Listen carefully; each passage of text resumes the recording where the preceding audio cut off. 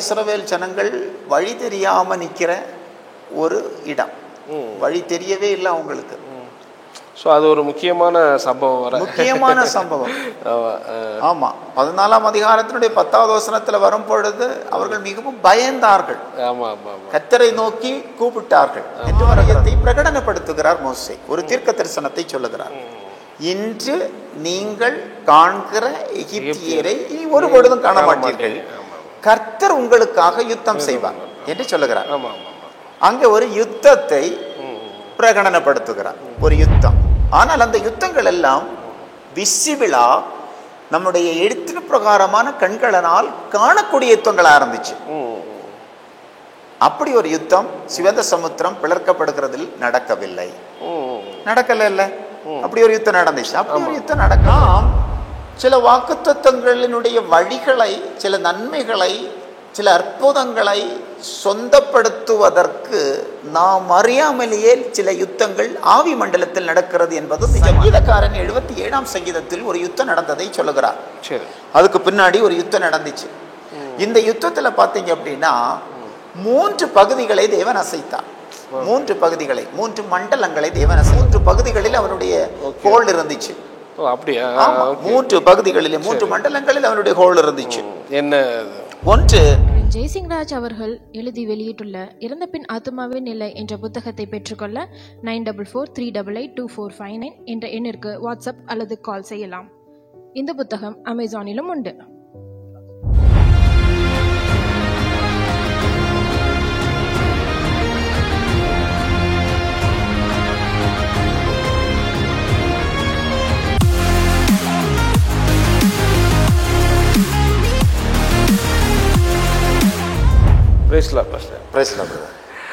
உங்களுடைய இந்த புக்கில் இறந்த பின் ஆத்மாவின் நிலை, இது அதில் வந்து பார்த்தீங்கன்னா 120 ரூபாய்க்கு தான் நீங்கள் கொடுக்குறீங்க. பட் நீங்கள் ஒரு லாபமோ நோக்கமற்று அதை நீங்கள் செய்கிறீங்கன்னு நான் நினைக்கிறேன். ஆக்சுவலாக அவ்வளோ பேஜஸ் இருக்குது. ஸோ நீங்கள் மதிப்பு வந்து ரொம்ப கம்மியாக தான் வச்சுருக்கிறீங்க. ஸோ எல்லாருக்கும் அது யூஸ்ஃபுல்லாக இருக்கட்டும்னு நினச்சிட்டு அதை மூவ் பண்ணிருக்கீங்களா? ஆமாம், இந்த புஸ்தகம் வந்து முடிந்த மட்டும் எல்லாரும் இதை வாங்கி பயன்பெறணும் என்கிறது என்னுடைய ஒரு நோக்கம். ஓகே. 2 வந்து இந்த புஸ்தகம் ஒரு சுவிசேஷ பிரதி போல மற்றவங்களுக்கு சுவிசேஷம் அறிவிக்கிற ஒரு கருத்து இதில் சொல்லப்பட்டிருக்கிறது.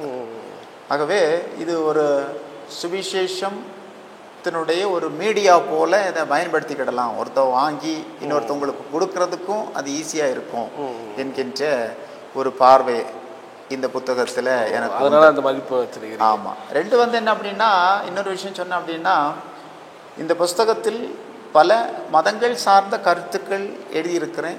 பல பிரிவை சார்ந்த மக்களுடைய கருத்துக்கள் எல்லாம் பகிர்ந்திருக்கிறேன். ஆனால் யாரையும் நேராகவோ மறைமுகமாகவோ தாக்குகிற எந்த ஒரு வார்த்தைகளும் இதில் இல்லை. எந்த ஒரு சமூகத்தையும் தாக்குகிற வார்த்தைகள் இதில் பயன்படுத்தப்படவில்லை. என்ன நம்புறாங்களோ அதை அப்படியே எழுதியிருக்கீங்க. ஆமாம், சாய்ஸஸ் அவங்களுடையது. அது படிக்கும்போது ரொம்ப அருமையாக இருந்துச்சு. ஓகே. ஆக்சுவலி வந்து இது நிறைய விஷயங்கள், நிறைய டாபிக் பற்றி நீங்கள் அனலைஸ் பண்ணிகிட்டே இருக்கிறீங்க. நம்ம அதை ஒவ்வொன்றா பார்க்குறோம். இந்த புக்கை பற்றி ஒரு 4 பார்ட்டு நம்ம போட்டிருந்தோம். ஸோ அதே மாதிரி வந்து சங்கீதம் 77 ஒரு மறைக்கப்பட்ட ரகசியங்கள் மறைபொருளை வந்து வெளியே கொண்டு வந்தீங்க. அப்போ ஆக்சுவலி உங்கள் சபையில் வந்து நீங்கள் அது மணிக்கணக்காக பேசுகிறீங்க. ஆமாம், நம்ம வியூவர்ஸ்க்காக நீங்கள் ஷார்ட்டாக சில விஷயங்கள் சொல்கிறீங்க. அது நிறைய பேருக்கு யூஸ்ஃபுல்லாக இருக்குன்னு நினைக்கிறேன். அந்த சங்கீதம் 77 உள்ள ரகசியங்களை பற்றியும் மறைபொருளை பற்றியும் சொல்லுங்கள். கண்டிப்பாக. 77ஆம் சங்கீதம், அந்த சங்கீதத்தில் சில வசனங்கள் 16 முதல் 19 வரை உள்ள வசனங்களை இன்னைக்கு நான் கோடிட்டு காண்பிக்க விரும்புகிறேன். 19வது வசனம் பார்த்தீங்க அப்படின்னா, சிவந்த சமுத்திரம் 2ஆக திறக்கப்படுகிற அந்த காரியம்தான் அங்கே வலியுறுத்தப்படுகிறது. உமது வழி கடலிலும் உமது பாதைகள் திரண்ட தண்ணீர்களிலும் இருந்தது, உமது காலடிகள் தெரியப்படாமற் போயிற்று என்று 19வது வசனம் சொல்லுகிறது. நமக்கு தெரியும், யாத்திராகமங்களின் புஸ்தகம் 14ஆம் அதிகாரம் 15ஆம் அதிகாரம் மிகவும் முக்கியமான இஸ்ரவேல் ஜனங்களுடைய வாழ்க்கையில மறக்க முடியாத சம்பவங்களை நினைவுபடுத்துகிற ஒரு அதிகாரங்கள் என்று நமக்கு தெரியும். 14ஆம் அதிகாரத்துல இஸ்ரவேல் ஜனங்கள் வழி தெரியாம நிக்கிற ஒரு இடம். வழி தெரியவே இல்லை அவங்களுக்கு. ஸோ அது ஒரு முக்கியமான சம்பவம், முக்கியமான சம்பவம். ஆமா, 14ஆம் அதிகாரத்தினுடைய 10வது வசனத்துல வரும் பொழுது அவர்கள் மிகவும் பயந்தார்கள், கர்த்தரை நோக்கி கூப்பிட்டார்கள் என்று வருகிறது. என்ன, பார்வோனும் தன்னுடைய சேனையும் அவர்களை பின்தொடர்ந்து வருகிறதை அவர்கள் கண்டு பயந்தார்கள் என்று வருகிறது. மோசே கூட ஒரு காலகட்டத்தில் அழுகிறார் அந்த இடத்துல நின்று கொண்டு. 15ஆம் அதிகாரத்துல பார்க்கும் பொழுது அந்த சிவந்த சமுத்திரம் பிளர்க்கப்பட்டதை திரும்பி பார்த்து ஆண்டவருக்கு நன்றி சொன்னார்கள், ஆண்டவரை துதித்தார்கள்.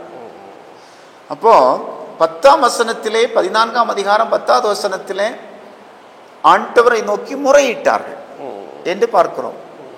11ஆம் வசனத்தில் வரும் பொழுது நேர எதிராக திரும்பிட்டாங்க, மோசைக்கு விரோதமாக திரும்பினாங்க. எகிப்துல எங்களுக்கு வேற வழி இல்லைன்னு நினைச்சா எங்களை கொண்டு வந்தீங்க அப்படின்னு கேட்குறாங்க. அப்போ மோசே அழுகிறார், மோசே நின்று அழுகிறார். ஆனால் விசுவாசத்தினாலே ஒரு காரியத்தை பிரகடனப்படுத்துகிறார் மோசே, ஒரு தீர்க்க தரிசனத்தை சொல்லுகிறார். இன்று நீங்கள் காண்கிற எகிப்தியரை இனி ஒரு பொழுதும் காண மாட்டீர்கள், கர்த்தர் உங்களுக்காக யுத்தம் செய்வார் என்று சொல்லுகிறார். அங்க ஒரு யுத்தத்தை பிரகடனப்படுத்துகிறார். ஒரு யுத்தம், ஒரு வார் உண்டாகும், ஒரு பேட்டில் உண்டு அப்படின்னு சொல்லுகிறார். அது என்ன பேட்டில் அப்படின்னா, நீங்கள் இன்று கண்டு கொண்டிருக்கக்கூடிய எகிப்தியர்களை இனி ஒரு காலம் வாழ்க்கையில காண மாட்டீங்க என்பதற்கு ஏதுவான ஒரு பேட்டில் என்று சொல்லுகிறார், ஒரு யுத்தம் என்று சொல்லுகிறார். ஆண்டவர் நடப்பிக்கின்ற பல யுத்தங்கள் பரிசுத்த வேதாகமத்தில் அடையாளமிட்டு காட்டப்படுகிறது. கண்டிப்பா பல யுத்தங்கள் ஆண்டவருடைய யுத்தமாக இருந்தாலும் அந்த யுத்தங்கள் மனிதர்களை கொண்டுதான் கர்த்தர் செய்து வைத்திருக்கிறார், மனித சேனையை கொண்டுதான் கர்த்தர் செய்ய வைத்திருக்கிறார், இல்லை தூதர்களை கொண்டும் செய்ய வைத்திருக்கிறார். ஆனால் அந்த யுத்தங்கள் எல்லாம் விசிபிளா நம்முடைய எழுத்தின் பிரகாரமான கண்களினால் காணக்கூடிய யுத்தங்கள் ஆரம்பிச்சு. அப்படி ஒரு யுத்தம் சிவந்த சமுத்திரம் பிளர்க்கப்படுகிறதில் நடக்கவில்லை, நடக்கல இல்ல. அப்படி ஒரு யுத்தம் நடந்துச்சு, அப்படி ஒரு யுத்தம் நடக்கவே இல்லை. ஆனா மோசே சொல்லுகிறார், ஒரு யுத்தம் நடக்கும், நீங்கள் இன்றைக்கு காண்க எகிப்தியனை இனி காணாம இருக்கிற அளவுக்கு ஒரு யுத்தம் நடக்க போகுது சொல்லுகிறார். நாம் சில வாக்குத்தத்தங்களினுடைய வழிகளை, சில நன்மைகளை, சில அற்புதங்களை சொந்தப்படுத்துவதற்கு நாம் அறியாமலேயே சில யுத்தங்கள் ஆவி மண்டலத்தில் நடக்கிறது என்பது நிஜமானது. அதை அனுபவித்தவர்களுக்கு தான் தெரியும். சிலர் ஏற்றுக்கொள்ளலாம், சிலர் ஏற்றுக்கொள்ளாமல் இருக்கலாம். பொதுவாக அந்த தானியேலுடைய ஜெபத்துல அப்படிலாம் தேவதூதர் சொல்றதுல 21 நாட்கள் அவனுடைய ஜெபம் தடைப்படுத்தப்பட்டு இருந்துச்சு என்று நாம் பார்க்கிறோம். அதே போல சில மற்றும் பல ஆசீர்வாதங்கள் நம்முடைய வாழ்க்கையிலே அற்புதங்கள் சொந்தமாகுவதற்கு இடையூறாக இருக்கக்கூடிய சில தடைகளை ஆண்டவர் ஆவி மண்டலத்தில் உடைக்கிறார். உடைச்சதற்கு பிறகுதான் நன்மைகள் உண்டாகிறது, அற்புதங்கள் நடக்கிறது. அதுல மாற்று கருத்துக்கு இடமே இல்லை. இயேசு செய்த பல அற்புதங்கள் சாத்தானுடைய பிடியில இருந்துச்சு, அதுல இருந்து தான் விடுவிச்சு கர்த்தர் சுகத்தை கொடுக்கிறார். அது நமக்கு தெரியும். கூனியான அந்த ஸ்திரீயை கெட்டி வைத்திருந்த அந்த கெட்டிலிருந்து கர்த்தர் விடுதலையாக்குனதற்கு பிறகுதான் அந்த விடுதலை அவளாலே சொந்தமாக்க முடிந்தது என்று நாம் பார்க்கிறோம். அப்போ ஆவி மண்டலத்தில் நடக்கிற யுத்தங்கள் என்பது மிகவும் முக்கியமானது. இங்கே இஸ்ரவேல் ஜனங்களுக்காக சிவந்த சமுத்திரம் திறக்கப்படுவதற்காக வேண்டி நடந்த யுத்தம் என்பது மிகவும் முக்கியமான ஒரு யுத்தம். அந்த யுத்தத்தை குறித்து, அந்த யுத்தத்தின் தாக்கத்தை குறித்து, எந்த விதத்தில் அந்த யுத்தம் நடந்துச்சு என்கிறதை அங்கே 15ஆம் அதிகாரத்தில் சொல்லப்படவில்லை. கர்த்தர் வெற்றி சிறந்தார் என்று பாடினார்கள். ஏதோ ஒன்று நடந்துச்சு, ஏதோ ஒரு யுத்தம் நடந்துச்சு. இல்லைன்னா குதிரையும் குதிரை வீரனையும் மூழ்கடிக்கப்பட முடியாது என்கிறது உணர்ந்தார்கள், அறிந்தார்கள், புரிந்து கொண்டார்கள். இல்லைன்னா இந்த அற்புதம் நடக்காது என்பது அவர்களுக்கு தெரியும்.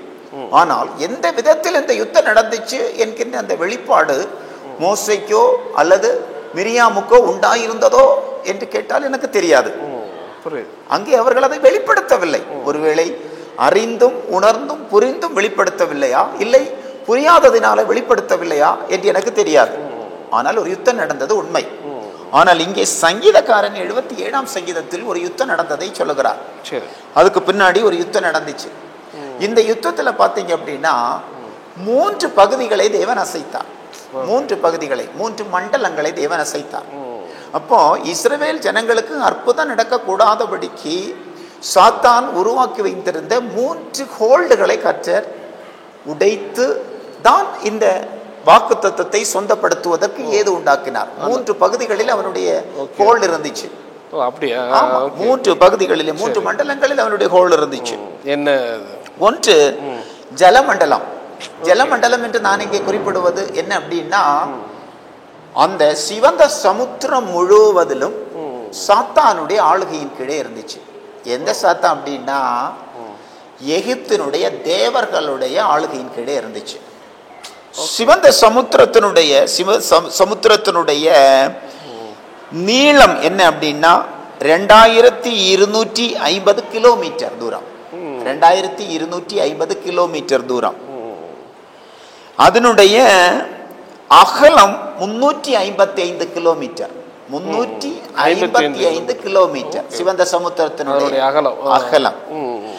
அதனுடைய ஆழம் 9970 அடி. ஆவரேஜ் 1608 அடி. அப்போ இவ்வளவு பரப்பளவையும் ஆட்சி செய்து வந்தது எகிப்தினுடைய தேவர்கள். இப்ப நான் ஒரு நிமிஷம் பின்னுக்கு வருகிறேன். எகிப்திலே அடிமைகளாக இருந்த மக்களை ஆராதனைக்கு அனுப்பினான். ஏன் பின்னாடி வந்தான்? அவன் பின்னாடி தன் இராணுவத்தோடும் ரதங்களோடும் வந்ததற்குரிய காரணம் என்ன? என்ன காரணம் அப்படின்னா அவனுக்கு தெரியும் சிவந்த சமுத்திரம் தாண்டி போக முடியாது. இந்த சிவந்த சமுத்திரத்தை ஆக்கிரமிப்பு செய்து வைத்திருந்தது வலு சர்ப்பமும் முதலையும் என்கின்ற எகிப்தினுடைய 2 முதன்மை கடவுள்கள். நீங்கள் 74ஆம் சங்கீதம் அதனுடைய 13-14 வசனங்களில் வாங்க பார்க்கலாம். 74ஆம் சங்கீதம் 74ஆம் சங்கீதத்தினுடைய 13-14 வசனங்களில் அங்க பாத்தீங்க அப்படின்னா, தேவரீர் உமது வல்லமையினால் சமுத்திரத்தை 2ஆக பிளந்து ஜலத்தினாலே வலு சர்ப்பங்களின் தலைகளை உடைத்தீர். தேவரீர் முதலைகளின் தலைகளை நறுக்கி போட்டு அதை வனாந்தரத்து ஜனங்களுக்கு உணவாக கொடுத்தீர். 2 வல்லமை இங்கே சொல்லப்படுது. முதலை 1, வலு சர்ப்பம் 1. இது 2 தான் எகிப்தினுடைய முதன்மை கடவுள். இந்த கடவுள்களுடைய ஆதிக்கம் இந்த சிவந்த சமுத்திரத்தினுடைய ஒட்டுமொத்த எல்கையிலும் இருந்துச்சு. இந்த எல்கையை தாண்டி யாரும் போக முடியாது. அன்றைக்கு மீன்பிடி தொழில்கள் செய்கிறவர்கள் கூட இந்த 2 கடவுள்களையும் வணங்கிட்டு தான் மீன்பிடி தொழில் செய்வாங்க, இல்லைன்னா தப்பிச்சு வர முடியாது. இந்த கடலிலே பயணிக்கிறவர்கள் யாராக இருந்தாலும் இந்த கடவுள்களை வணங்கியே ஆகணும், கடவுளுக்குரிய மரியாதை செலுத்தி ஆகணும் என்கிற அதீனமான நம்பிக்கை அன்றைக்கு இருந்துச்சு. இந்த கடவுள்களுடைய ஆதிக்கம் நிறைந்த இந்த சிவந்த சமுத்திரத்தின் எல்கையை யாரும் தாண்டி போக முடியாத ஒரு சூழல் அன்றைக்கு இருந்துச்சு. காரணம், எகிப்தினுடைய முதன்மை கடவுள்களாகிய முதலையும் வலு சர்ப்பமும் இந்த ஜலமண்டலத்தை ஆக்கிரமிப்பு பண்ணி வைத்திருந்தது. இதை கர்த்தர் முதலாவது கொன்று போட்டார். அதுதான் 74ஆம் சங்கீதத்தில் சங்கீதக்காரன் அந்த வெளிப்பாட சொல்றாரு. சமுத்திரத்தின் வலு சர்ப்பத்தை முதலைகளை கொன்று போட்டு அதை வனாந்தரத்து ஜனங்களுக்கு உணவாக கொடுத்தீர் என்று ஆண்டவர் சொல்லுகிறார். ஆகவே முதலாவது சிவந்த சமுத்திரம் 2ஆக பிளர்க்கப்படுவதற்கு ஏதுவாக, பிளர்க்கப்படுவதற்கு கூடாததாக இருந்த முதல் போராட்டம் சத்துருனுடைய ஹோல்ட் எங்கே இருந்துச்சுன்னா ஜலமண்டலத்தில். அதை கர்த்தர் முதலாவது அதை உடைத்தார். 2வது பாத்தீங்க அப்படின்னா, ஒருவேளை அதையும் தாண்டி ஆண்டவர் கிரியை இஸ்ரவேல் ஜனங்களுக்காக செஞ்சிட்டாலோ அப்படின்னு நினைச்சிட்டு சாத்தான் அதோட கூட நிறுத்தல. அவன் ஒரு இடத்துல மட்டும் ஹோல்டு வைக்க மாட்டான், பல இடங்களில ஹோல்டு வைப்பான். 2வது ஹோல்டு ஆகாய மண்டலத்தில் அவனுடைய ஹோல்டு இருந்துச்சு. ஆகாய மண்டலத்தில். அடுத்த வசனம் 17ஆம் வசனம் என்ன சொல்லுகிறது பாருங்கள். மேகங்கள் ஜலங்களை பொழிந்தது, ஆகாய மண்டலங்கள் முழக்கமிட்டது, உம்முடைய அம்புகளும் தெரிப்புண்டு பறந்தது. அப்போ ஜலங்களை பொழிந்ததுன்னா மழை பெஞ்சிச்சுன்னு அர்த்தம் இல்லையா? மழை பெஞ்சிச்சு, ஆகாய மண்டலங்களில சத்தங்கள் உண்டாயிருச்சு, முழக்கம் உண்டாயிருச்சு, அம்புகள் தெரிப்புண்டு, உம்முடைய அம்புகள், ஆண்டவருடைய அம்புகள் தெரிப்புண்டு பறந்துச்சு. இப்ப இஸ்ரவேல் ஜனங்களை கூப்பிட்டு நம்ம கேட்போம், ஏன் நீங்க வர வழியிலே உங்களுக்கு சிவந்த சமுத்திரம் ரெண்டாக பிளர்க்கப்படுவதற்கு முன்னாடி ஏதாவது சத்தங்கள் கேட்டுச்சா அப்படின்னு கேட்டா இல்லைன்னு தான் சொல்லுவாங்க இல்லையா? இல்லைன்னு தான் சொல்லுவாங்க. கண்டிப்பா கண்டிப்பா. அம்புகள் தெரிப்புண்டு பறந்ததை நீங்க உணர்ந்தீங்களா அப்படின்னு கேட்டா இல்லைன்னு தான் சொல்லுவாங்க.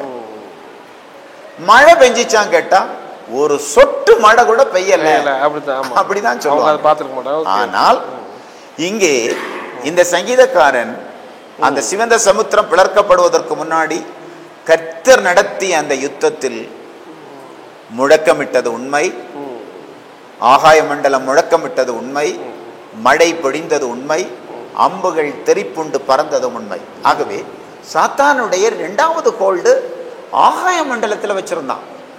அதையும் கர்த்தர் அழித்தார், அதையும் கர்த்தர் உடைத்தார்.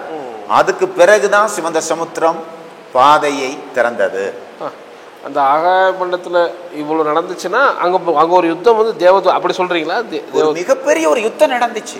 அதைத்தான் தீர்க்க தரிசனமாக ஆவி மண்டலத்தில் நின்று கொண்டு மோசே தீர்க்க தரிசனமாக சொல்லுகிறார், கர்த்தர் உங்களுக்காக யுத்தம் பண்ணுவார்.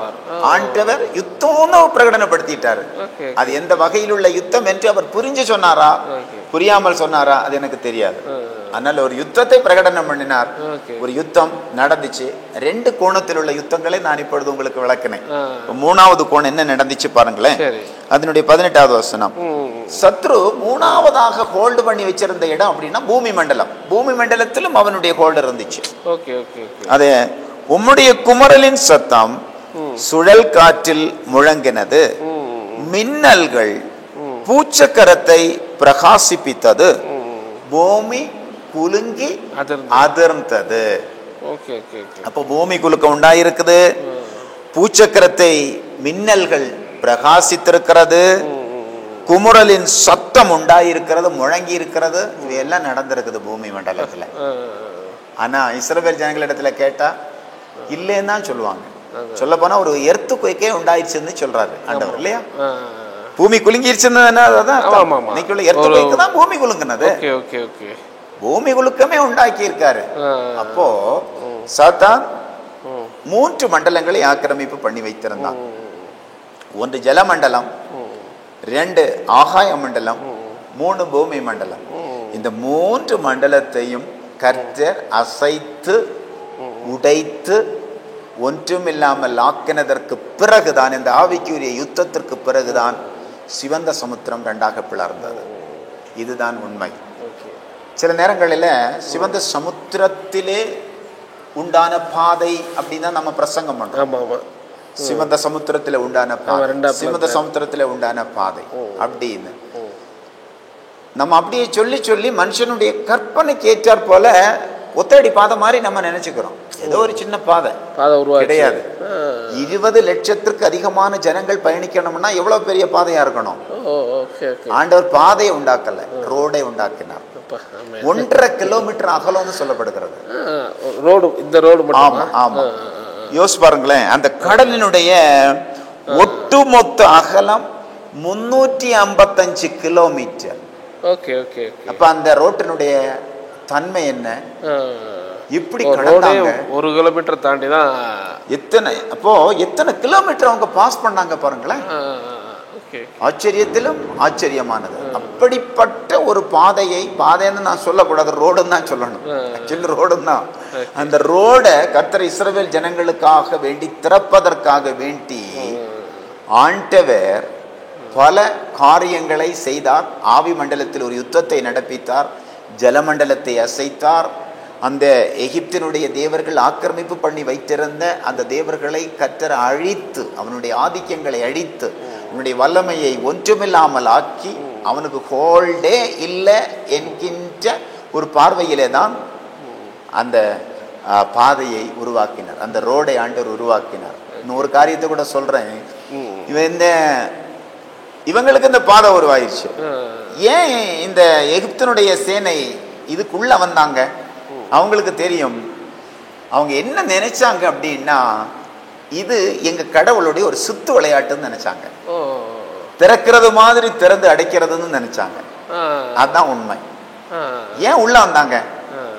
அவனுக்கு உருவாக்கப்பட்ட பாதையில இவன் ஏன் வந்தான்? இவனுடைய எல்கை சிவந்த சமுத்திரம் எண்டு வரைக்கும் தான். இவனுடைய எகிப்தினுடைய எல்கை சிவந்த சமுத்திரனுடைய எல்கை வரைக்கும் தான். அதை தாண்டி ஆச்சுன்னா இன்னொரு நாட்டுக்காரன் வந்து அவனை உண்டுன்னு ஆக்கிடுவான். அவன் ஏன் போனான்? திறந்த வழியில ஏன் அவன் போனான்? அவனுடைய ஒரு அதீனமான ஒரு நம்பிக்கை என்ன அப்படின்னா, நம்முடைய தெய்வம் ஒரு சுத்து விளையாட்டு பண்றாரு, இதுக்குள்ள போறது மாதிரி கொண்டு போயிட்டு அமுக்க போறாரு, நம்மளை பாதுகாக்க போறாரு அப்படிங்கிற ஒரு தப்பு கணக்குல தான் அவன் உள்ள போனான். ஆனா ஆண்டவருடைய கணக்கு மனுஷர்களுடைய கணக்கு மாதிரி கிடையாது என்பதை கர்த்தர் தெளிவா இந்த வேத பகுதியில நிரூபித்து காண்பிக்கிறார். ஆகவே ஒவ்வொரு அற்புதங்களுக்கு பின்னாடியும் ஒரு ஆவி மண்டலத்தில் நடக்கிற ஒரு யுத்தம் ஆண்டவர் செய்கிறார், செய்து கொண்டிருக்கிறார். ஒவ்வொரு அற்புதங்களுக்கு பின்னாடியும் ஒரு யுத்தம் உண்டு. நாம் அறிந்தாலும் அறியாவிட்டாலும், ஏற்றுக்கொண்டாலும் ஏற்றுக்கொள்ளாவிட்டாலும், புரிந்தாலும் புரியாவிட்டாலும் ஆவி மண்டலத்தில் நடக்கிற யுத்தங்கள் என்பது மிகவும் சிறப்பானது. தேவன் அதை செய்து கொண்டுதான் இருக்கிறார். அது செய்தால்தான் கர்த்தருடைய அற்புதங்கள் நம்மை தேடி வரும். ரொம்ப அருமையான ரெவலேஷன் பாஸ்டர். இது வரைக்கும் நம்ம கேட்டதுல ரொம்ப சுவாரஸ்யமானது. இதுக்கு நிறைய நீங்க மெடிடேட் பண்ணீங்களா? என்ன மாதிரி? ஆமா, நிறைய மெடிடேட் பண்ணியிருக்கிறேன். ஆமா, நிறைய ரிசர்ச் பண்ணுவேன். அவருடைய வார்த்தைகள் அங்கும் இங்கும் போகாம அதுக்குள்ளேயே நின்று மெடிடேட் பண்ணணும் அப்படின்னு தான் நினைக்கிறேன். அந்த வகையில தான் மெடிடேட் பண்ணியிருக்கிறேன். உங்களுக்கு அதை நீங்க கிரகிச்சிருப்பீங்க. அந்த நண்டோடைய வார்த்தைகளை விட்டு எங்கேயும் போகல. கண்டிப்பா நான் வெளியே எங்கேயும் போகல. இங்க உள்ள கொடைக்கானல் சென்ட்ரல் சர்ச்சுக்கு மக்களுக்கு ஒரு ரொம்ப இதா இருக்கு. நீங்க நிறைய லைவ்ல வெளியே கொண்டு வந்தீங்கன்னா நிறைய பேருக்கு அது யூஸ்ஃபுல்லா இருக்கும். ரொம்ப நன்றி பாஸ்டர், உங்களுடைய நேரத்தை ஒதுக்கி இதை ஷேர் பண்ணதுக்கு ரொம்ப நன்றி. தேங்க்யூ. ரெவரண்ட் டாக்டர் என் ஜெய்சிங் அவர்கள் எழுதி வெளியிட்டுள்ள இறந்த பின் ஆத்மாவின் நிலை என்ற புத்தகத்தை 9443882459 நம்பருக்கு வாட்ஸ்அப் மூலமாகவும் கால் செய்தோ பெற்றுக்கொள்ளலாம். அமேசானிலும் உண்டு. உங்களுடைய ஈடன் டிவி பைபிள் ரிவ்யூ சேனலில் உங்களுடைய சாட்சிகளும் உங்களுடைய ஊழிய அனுபவங்களும் வர விரும்புனீங்க அப்படின்னா இந்த வாட்ஸ்அப் நம்பருக்கு கான்டாக்ட் பண்ணுங்கள். 8428196238. நீங்கள் ஊழியராக இருக்கலாம், விசுவாசிகளாக இருக்கலாம். நிச்சயமாக உங்களுடைய அனுபவங்களை ஷேர் பண்ணுங்கள். இது பலருக்கும் விசுவாசத்தையும் பக்தி விருத்தியும் தூண்டும்ங்கிறது எந்த சந்தேகம்.